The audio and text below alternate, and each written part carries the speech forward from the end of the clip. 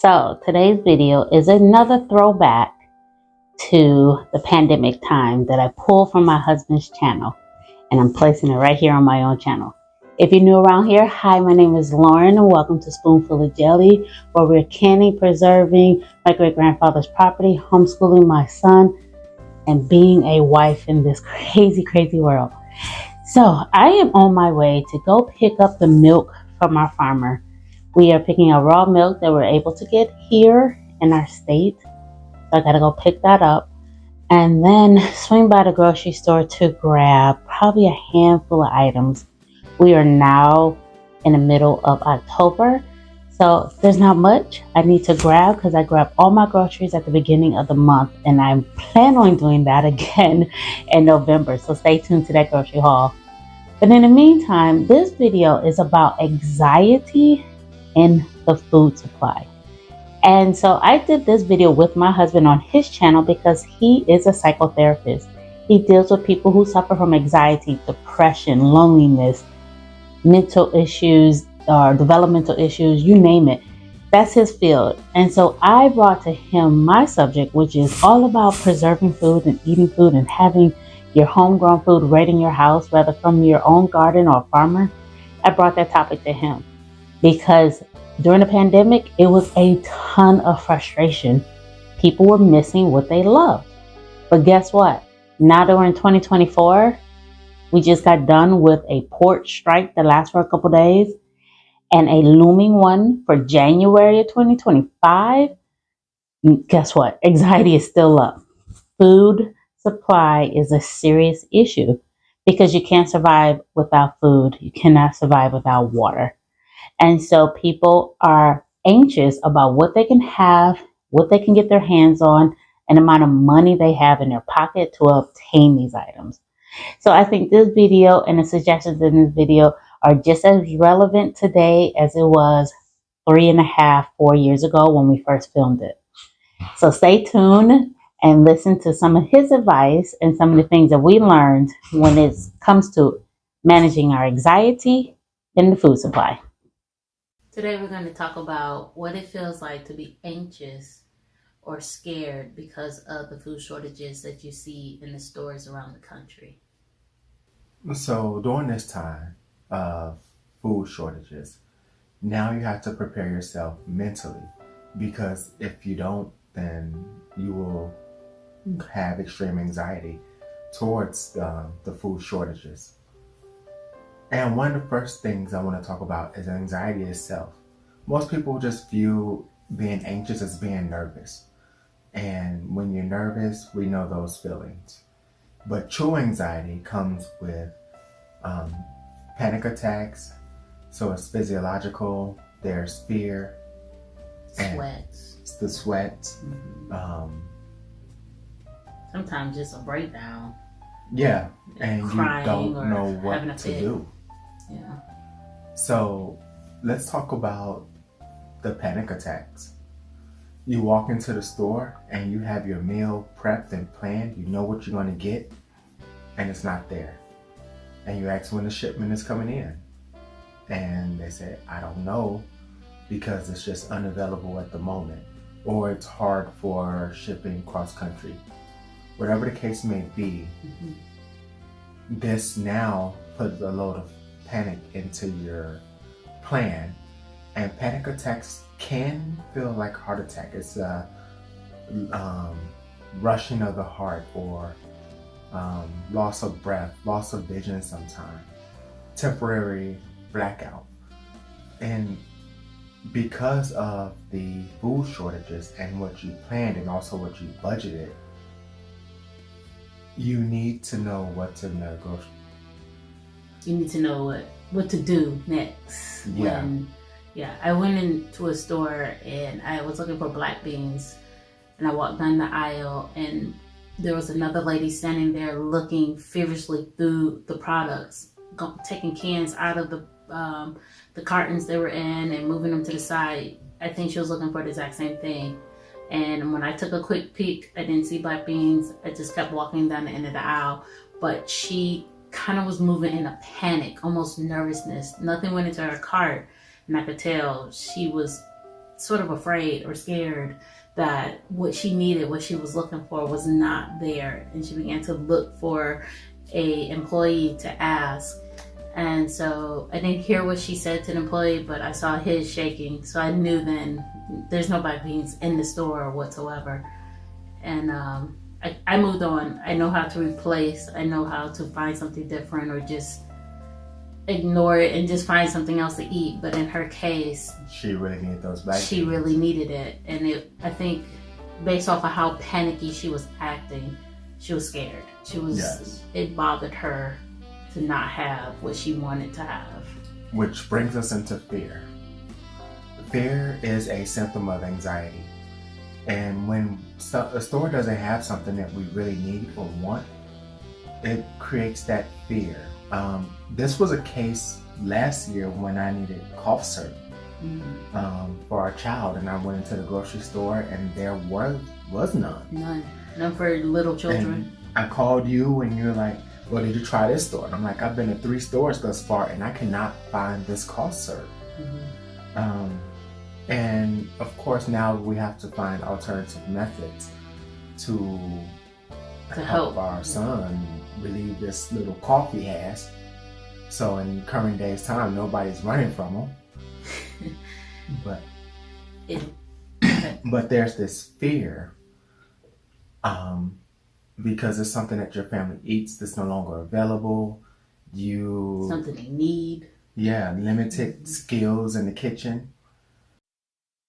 So one of the biggest questions I did ask my husband during this interview with him was, what do you do when you realize that around you the food is short? How can we get away from this? What can we do? So we came up with a couple little tips on what we have been doing since we noticed food shortages. So check out these tips now. So I guess tip number 1 is have a backup to your list. Make sure that whatever you're looking for, you have the number 1 example that you need, and then number 2. So ground beef might be on your list. Can your meal be substituted by ground turkey, ground chicken, bison? Or do they have that 50-50 ground beef? Or could it be substituted by a fake meat or a meat substitute product? You might have to have a backup to every single item. Can you even go vegetarian? Or can the meal be done without meat? Beans or lentils, etc. will help bulk it up just as much as meat does. Number 2, if you can't find an alternative to make that particular item, perhaps you need to find an alternative location to buy the product. We eventually did buy the cough syrup for our son, but we stopped going to the regular store and we went to a small mom and pop store and pharmacy. And we were able to find it, and I think it was like maybe $1 more. So there's a bit of a surcharge, but at least you get what you need and what you want, and you're also supporting local businesses as well. So if you have a co-op or anything, those are great places to order from. I know I'm not a hunter, haven't been hunting. You're interested in fishing though? Fishing, yes. And I thought about taking a class or something on hunting. Starting off with bow and arrow. Yeah, something simple, something a city boy can handle. Because I might scare whatever away, just flinching. That might be interesting. So tip 3 will be get a new skill. Yeah. So fishing is definitely one. My grandfather took us fishing when we were younger, and now I have to remember and revive those skills. And pass it on. Yeah, and pass it on. And also don't be afraid to do a fishing expedition. Depending on where you live, as long as you're close to an access of water, there's somebody's going out and doing fishing. Ask around, be nosy, go to the lake and say, hey, do you know where I can learn how to do this? You'll be surprised. Somebody can say, you know what, sit down, I'll show you right now. Or they might point you in the right direction. or give you a website or a telephone number to call. So ask around and pick up a new skill. Number 4, when you're feeling extremely anxious about the shortages you see in the store, would definitely be to seek out local people who are already doing the farming, the fishing, the etc. via co-ops or big purchases from farms. The moment we moved to our new zone, Zone 7, and Garden Zone 7, the moment we moved here, we went and found all the local everything right away. Farmers markets. Farmers. Strawberry picking. Where to pick fruit. Blueberries. What fruit was available, because the fruit that's available changed. Yes, yep. When they're actually ready or ripen naturally. Yes. If you follow me on Instagram, you'll learn how shocked we were to find out it's hard to find raspberries here. But you can find blackberries. So here I was holding out for raspberry season, and then we hit August, and I'm like, when is raspberries? And this guy at the farmer's market, he said, "You're not from here, are you?" So that. Or how far you had to go for apples. Yes, we had to travel an hour to get to Naples because we had to go up into the mountains where typically we just went down the street. 20 minutes outside of town. So, but definitely look for them. You can use your state's local guides. I could put a plug right here below, so you can find a website that links to your particular state that has farmers and gardeners and fishermen, etc., that love to sell directly to the consumer. You do not have to go through a store. Yes. And then while you're at a farmer's market, build a relationship with your farmer, because they have relationships with other farmers. And the one we built here actually sold other items for another farmer. That's how we end up with a bushel of apples. The farmer we buy from does not grow apples whatsoever. And the Asian pears. And Asian pears, yep. He doesn't grow any of those. Yes, and I think, no, we didn't get the peaches that way. He grows peaches. Yeah, he does have peach trees, but he did not have apples or pear trees, and was able to sell us a bushel from a farmer that he knows, just a different side of town, but he knows that farmer personally and will pick up and deliver what we needed directly from them. So we had our bulk orders at the farmer's market just by nature of them having relationships with other farmers. Right.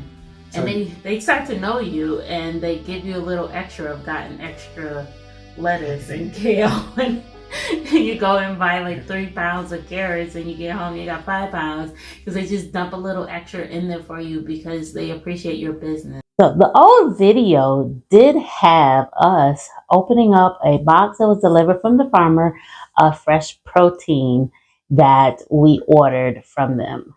And it's a reoccurrence around here every single year. We have ordered beef from a farmer, chicken from a farmer, and most recently pork from a farmer. I'll leave those videos down below. I even give helpful tips on how to work with the farmer. But one thing that is for sure is you do have to have the patience and the money. And when there's food shortages, the comfort of knowing that even if you have just a little bit of money, you know you're getting the best bang for your buck. Does the grocery store have good things? Absolutely. Like I said, I'm on my way there now. But it is reassuring to know that my grocery store is officially my backup plan, not my main source. How about you guys? Feeling anxious? Try these tips. Hopefully you won't have to rely on the grocery store as much as everybody else. Until next time, guys, take care. Bye.